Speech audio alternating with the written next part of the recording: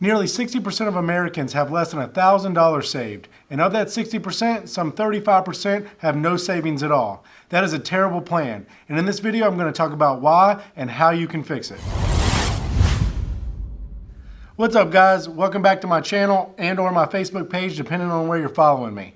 In today's video I want to talk about a savings account and or an emergency fund.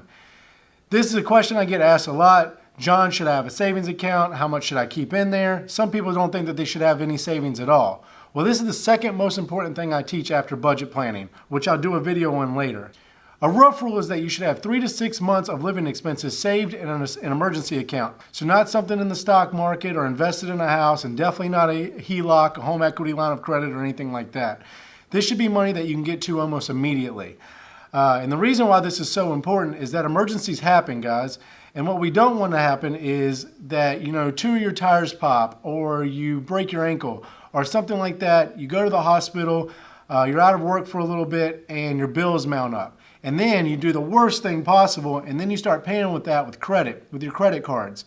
The number one thing charged to credit card, guys, is medical expenses. Surprise medical expenses. It's not TVs and stuff like that, while that is very popular. Medical expenses are number one. So that's what you don't want to happen.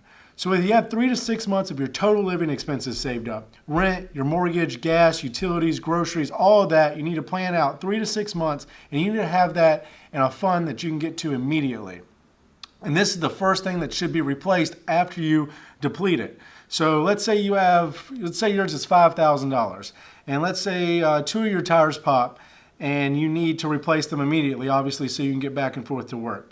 Instead of going, oh no, my 2 tires popped, what am I going to do? I have to rent a car, I have to take out my credit card and pay for them on that. No, you just go into the emergency fund, you pay for them, but when you start making money again, that emergency fund gets replenished immediately. That's always the first thing to get replenished. And this, guys, is a huge thing for peace of mind. I can't say enough how important this is when you're just getting started and you start paying that debt and stuff. It is so nice to just know that you have that there. If any emergencies pop up, medical expenses, an unexpected trip because a loved one is sick, you have that money and you can go to it. This is not for leisure or pleasure, guys.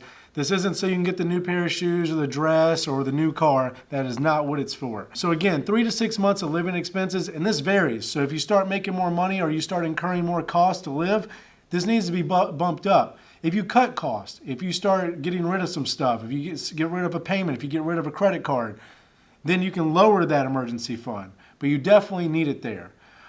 So guys, please have an emergency fund. What's the best type of place to put them in an emergency fund?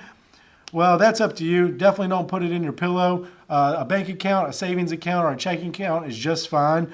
Again, this isn't anything that we're trying to build interest on or take any risk with. We just want it there just in case life happens. All right, guys. Well, I hope this video helps. Thank you again for watching. I really do appreciate your support. Comment below with any other videos you'd like to see on finance or business or anything like that, and I'll answer them as soon as possible. Thank you guys so much. See you in the next video.